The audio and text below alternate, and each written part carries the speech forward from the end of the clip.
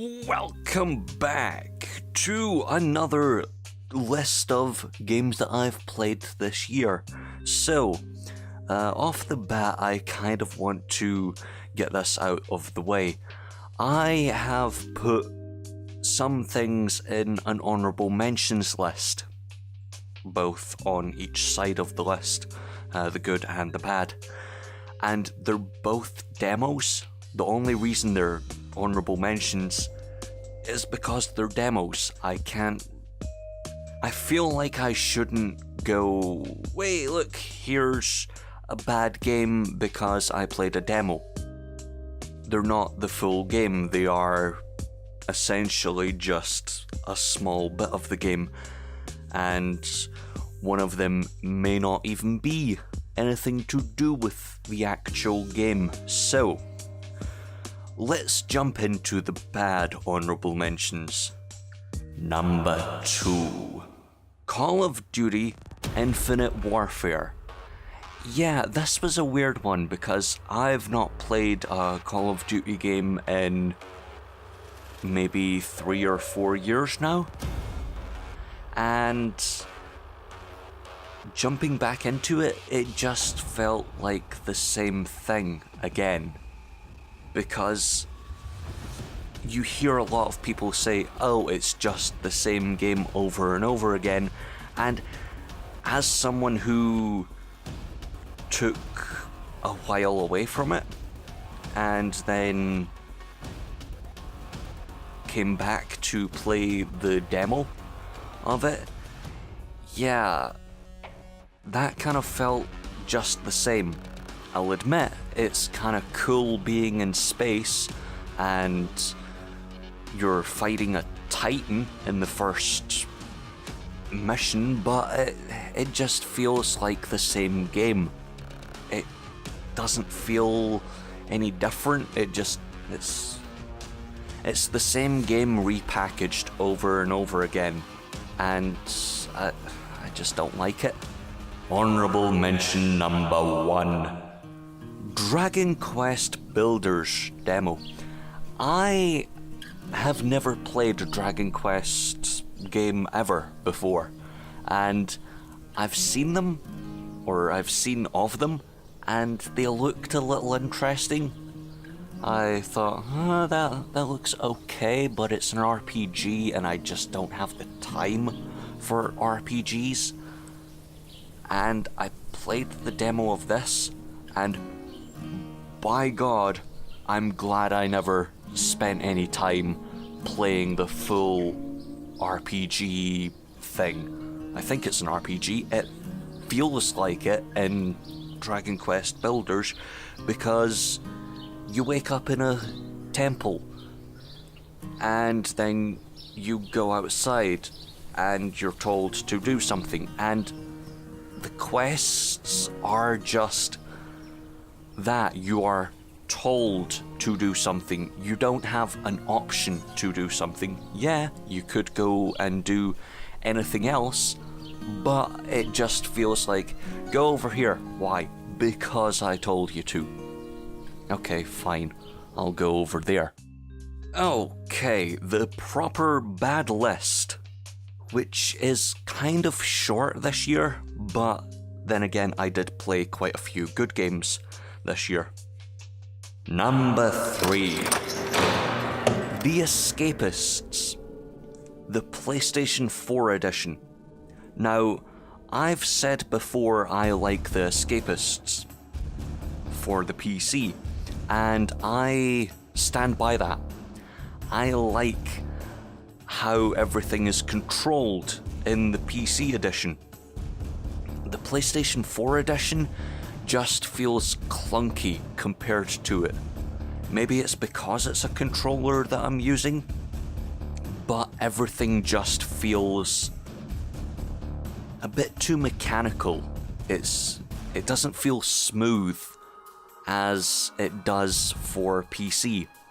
For PC, I can do things instantly. I can do hiding. I can hide items very quickly in the PC edition, but the PlayStation 4 edition, it just becomes a full minute of me shouting and swearing at a control because I hate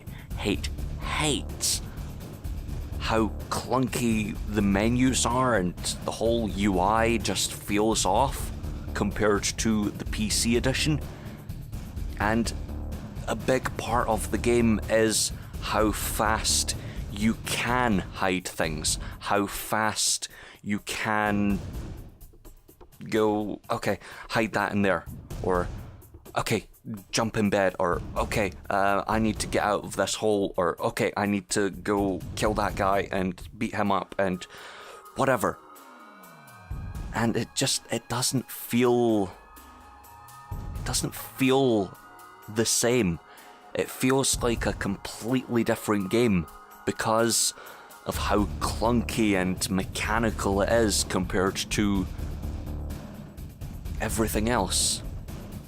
Essentially, what I'm saying is the PlayStation 4 edition feels like the idea of robots in the 50s, where everything is very stop and start, whereas in the 70s with Alien, synthetics are very human-like. Essentially, it's the idea of Old Westworld versus New Westworld. The Old Westworld, things looked a little bit more mechanical. People acted a little bit more mechanical. The new one, yeah, they kind of throw little mechanical bits in, but it's more, hey look, here's a human. A fake human, but a new human that's made of bits, and yeah. Westworld's weird. Number 2. Uncharted Among Thieves. Now, I would say that I should possibly play more of the game, because I only played about 2.5 hours of it, but what I have played of it tells me that it's going to be the same as Drake's Fortune, of which I did not enjoy. It just... Among Thieves feels like I'm playing more of the same game, and I kinda don't want that. I mean, in the opening of the game, if I was allowed to throw Nathan Drake off of that train that's dangling off the cliff, I would have been so happy. Even if I was allowed to do it just once, I just want to do it once, just so I can feel some enjoyment, but I can't. They tell you, no, you can't jump off in another direction to kill him, even though he's a video game character and he will respawn. Yeah, I'm not a fan of that. Number 1. Uncharted Drake's Fortune. Yeah, I did kind of say I didn't enjoy this one. I played all of Drake's Fortune in a couple live streams, and wow. Yeah, I go from resenting Nathan Drake in the beginning to fucking loathing him. I despise him. I think he's the worst piece of shit at the end of that game. But he is supposed to be the protagonist, and I don't understand why anyone would see him as the protagonist, because he kills something like 500 people from the start to the finish, and his whole character arc goes from, okay, let's kill these guys that are attacking us on the boat, to when we're in the castle, yeah, he says, oh no, I want to go home now, to the end where he kills the main villain. Also, there's some fantasy zombie bollocks, and I don't care for that. I don't really care for big fantasy zombie bollocks. So let's move on to the good list. And let's start off with the honorable mentions. Number 2. Final Fantasy 15. Now, I would say that Final Fantasy 15, the demo, is one of the best ways of showing how a game's mechanics works. It was essentially the best commercial tech demo I've played. If that makes sense. It doesn't feel like they were doing a whole story thing. It doesn't feel like they were saying, okay, this is the story of the game. Sure enough, I have seen one scene of that in the gameplay that I've seen of the full game, but the rest of it just feels like, okay, here is how to play the game, and then there's a big boss battle at the end. And that demo just... I nearly lost my voice while playing that. And that is a testament to how good that demo was, because I said "squeaky hammer" so many times that I felt like crap a day later. Number 1. Doom demo. Yes. Oh my. I know I put a first-person shooter on the bad list, or the honorable mentions of the bad list, but that was doing the same thing with almost no change. Whereas Doom updated itself and did it so well. I just want to go and get the old Dooms and try and play them. Because, fuck my life, that demo was so good. It felt so metal, man. It just... all I want to do is put on some good metal and play that whole game. That's all I just want to do right now. It was so good, and it's so good. I love it so much. Okay, so I guess we're going to have to move on to the good list. And at this point, I want to point out that, yeah, some of these games have been out for a while, or the alphas or betas may have been out for a while, and it may have been released recently, but yeah, not all the games I played this year were from this year. Some of them may be a little bit older. Number 8. Just Cause 3. So, some other people may think that Just Cause 3 is the best game ever, the best thing ever, but I don't see it as that. I see it as a thing to just go dick around in. I don't care for the missions. I don't care for any of that. I just want to go and blow up a base or two, or fly around a map that's 18 miles from top to bottom. Yeah, it's a big game, and it's fun, but I don't care for it. I don't care for it as much story-wise. I don't care for it as much to play daily. I just boot it up every now and then and want to listen to David Tennant have a little bit of a emotional breakdown. Yeah, I like it. but I don't like it that much. Number 7. Deadpool. Yeah, I didn't know where to put this because I've only played about an hour, and you may think, oh, how can you put this on here if it's only an hour? Well, it is one of the funniest hours I've played in a game ever. It is so damn good as a funny game.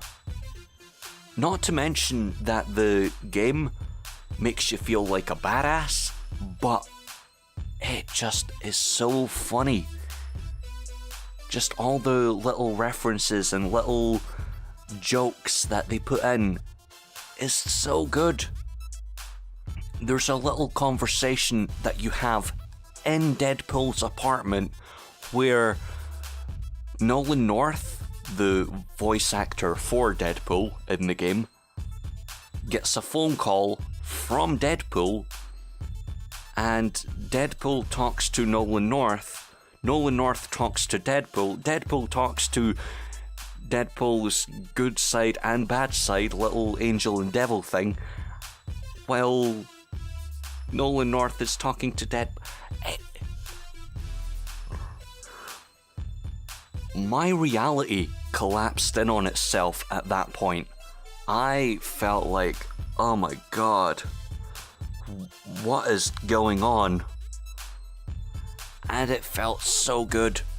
Oh, so good. Number 6. Watch Dogs 2. So, I've played a little bit of this at this point. I've not played the full game or half the game. I've played a couple missions and a couple hours, but it feels so much better. It is one of the best open world games I've played. Then again, I play a lot of them, and I hold up Grand Theft Auto as one of the pinnacles of that, because essentially Grand Theft Auto started off with the whole 3D open world big universe thing. And I think, and this is taking a big step here, I think Watch Dogs 2 takes over the spot that Saints Row the Third held, which is in my top 5 open world games. And that's a list with Grand Theft Auto San Andreas, Grand Theft Auto 5, Saints Row 2. Oh, it's so good. So good. It fully destroys Watch Dogs 1 as far as, okay, here's a sequel to make you forget about the first one. And yeah, my best way of explaining it is Watch Dogs 1 can be summed up in this. Hi, my name's Aiden Pierce. You killed my niece. Fuck you, I'm gonna kill you. Whereas Watch Dogs 2 can be summed up in what I've played of, but I'm gonna sum it up in that. Watch Dogs 2 seems to be summed up in, hi, my name's Marcus Holloway. I'm a vigilante, and hey, there's a church taking money from celebrities for a fake religion. Let's go destroy them. It feels like a proper anarchy, not, oh, you killed my niece, okay, I'm gonna kill you. It is just so much better. Plus, the world feels very full now that they've put in a thing where you can talk to some people. For example, when you go into a store, you can talk to the person behind the counter.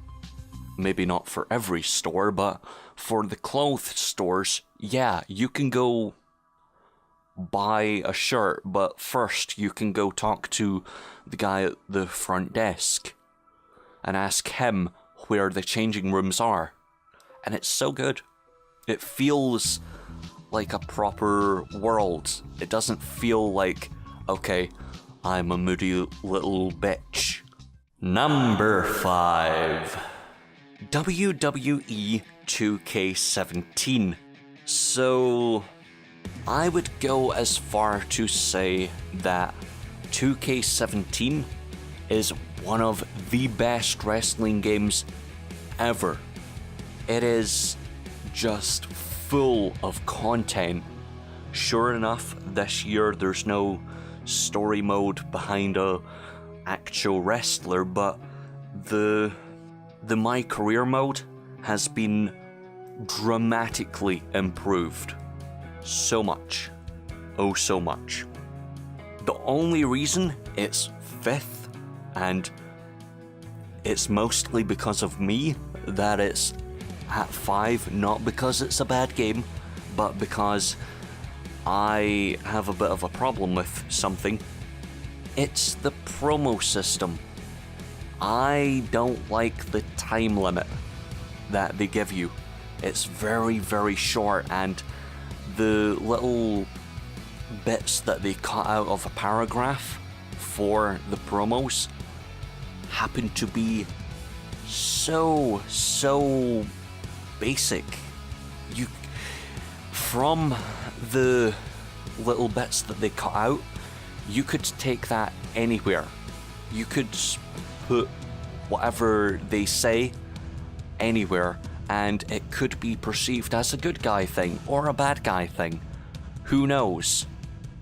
And that's where I go,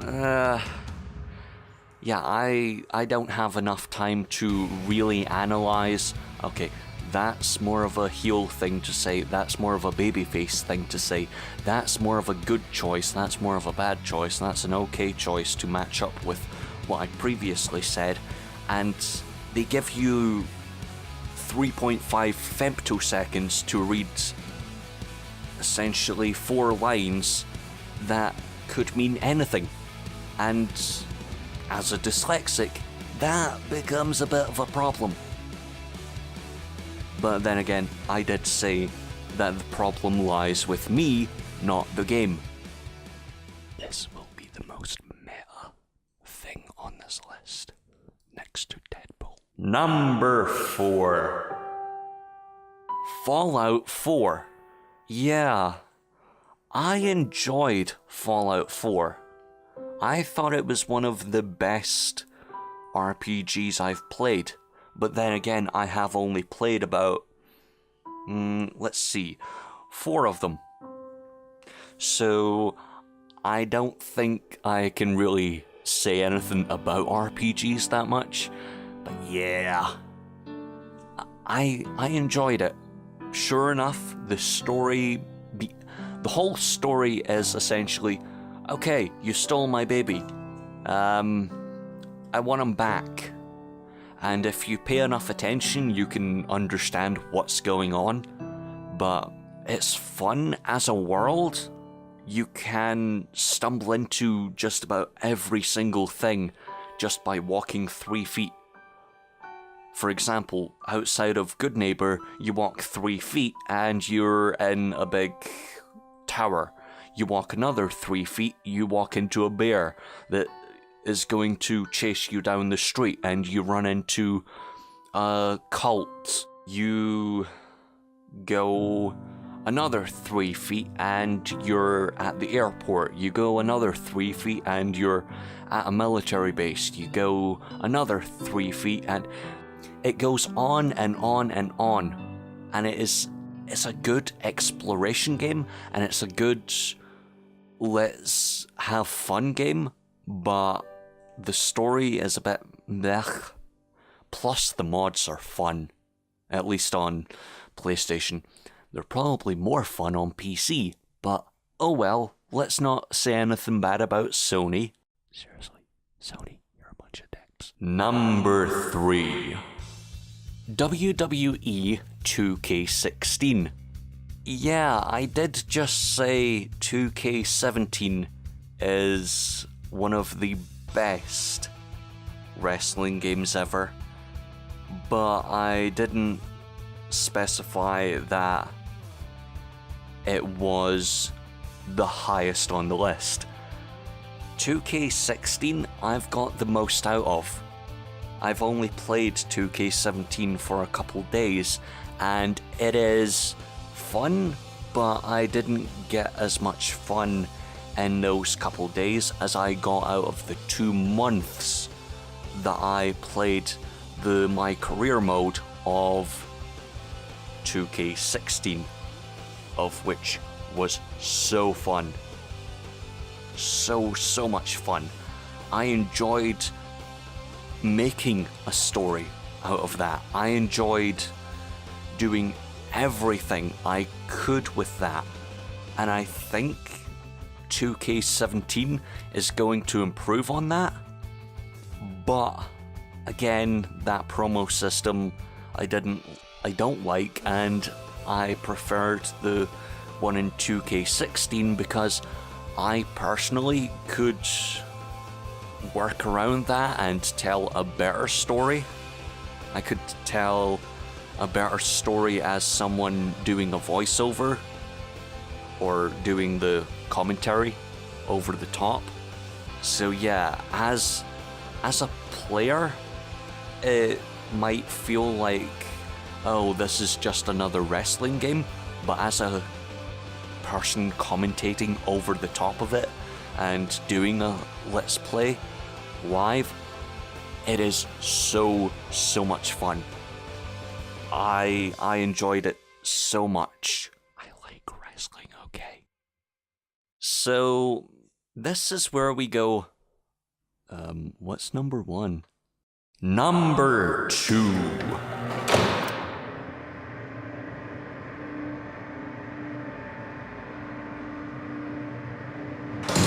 Prison Architect. Yes, a PC game on this list. Yeah, I played Prison Architect this year, and oh my god, I loved it. If I have a free 20 minutes, I'll go work on my prison. I'll just pull out my laptop and go, okay, I want another 12 blocks here, and the mass murdering psychopaths can go here, and yeah, I want another couple guards stationed over here. It's one of those games that, yeah, I could play it for hours, but I tend to just go, okay, I'll open this up for 20 minutes. 3 days later, I go, oh, I was supposed to do stuff, wasn't I? Whoops. Yeah, it's a fun game. I enjoyed it more than a lot of things. But then again, I grew up playing those 90s management games that were so good, like Theme Hospital and... Oh, Theme Hospital. Oh, I'm tempted to go back and play that now. And next year there won't be a number 1 from 2017. There will just be Theme Hospital. Number 1. Any guesses? No? Okay. The Witcher 3. I know! I didn't think that I would like The Witcher 3 as much either. It is making me want to play things like Skyrim. I know, right?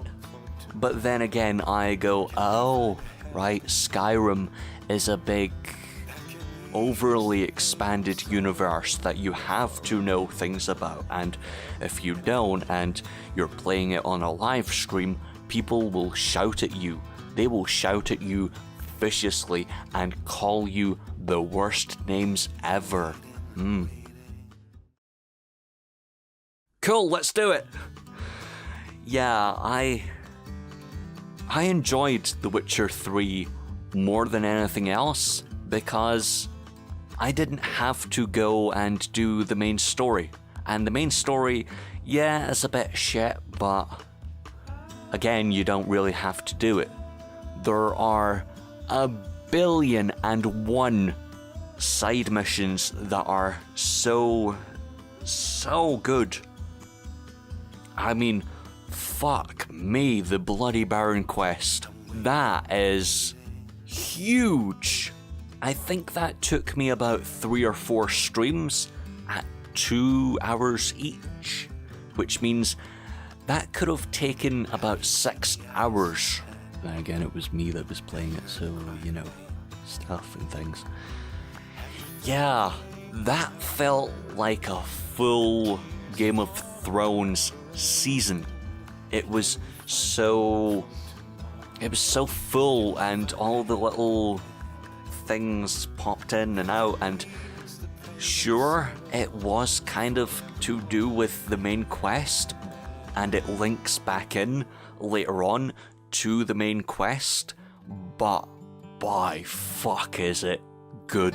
It is so fun to do that, and yeah, if you want a good RPG that you may not know anything about, personally, I don't like fantasy, I don't like role-play games, I don't like the big class thing that goes on in that game. Well, I do like it in the game, but I don't like the whole, oh yes, I am upper class, I am middle class, I am dirt poor, the whole Two Ronnie sketch.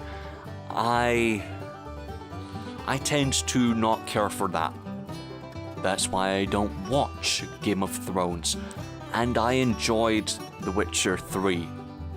So if you don't like RPGs and fantasy, give this one a try.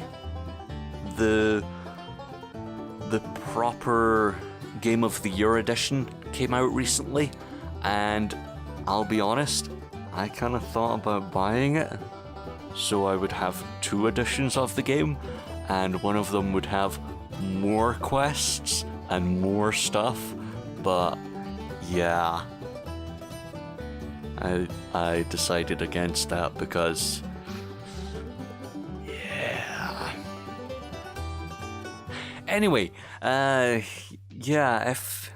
if you disagreed or whatever, that's fine.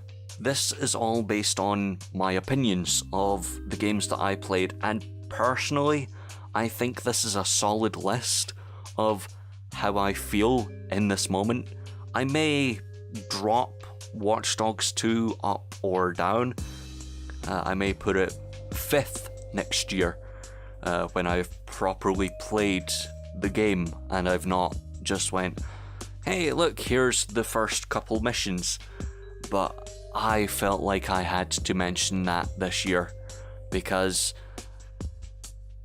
it did such a good job at taking over for Watch Dogs 1, if that makes sense. It has done such a good job at saying, no, let's redo this, but 10 times better. So, yeah, if you thought something else was better, say it down below. But if you think that I should have put something else on the list, just know this is a list of games I played this year. So to get on the list, I had to play it. So anything like Overwatch won't be on this list because I don't play that. Anything like Battlefield 1 or the full game of Call of Duty Infinite Warfare, I just, yeah, that won't be on here because I don't play the multiplayer of things. I don't go, hey, look, here's a game that only has like 3 hours of content that I'd play. So, yeah. If you think that I should play something else, maybe say it down below. Maybe it'll be on next year's list. Maybe it'll be on next year's bad list. Ooh, the fun. The fun of disagreeing with people on the internet. Oh no, no! Don't take me! Don't take me!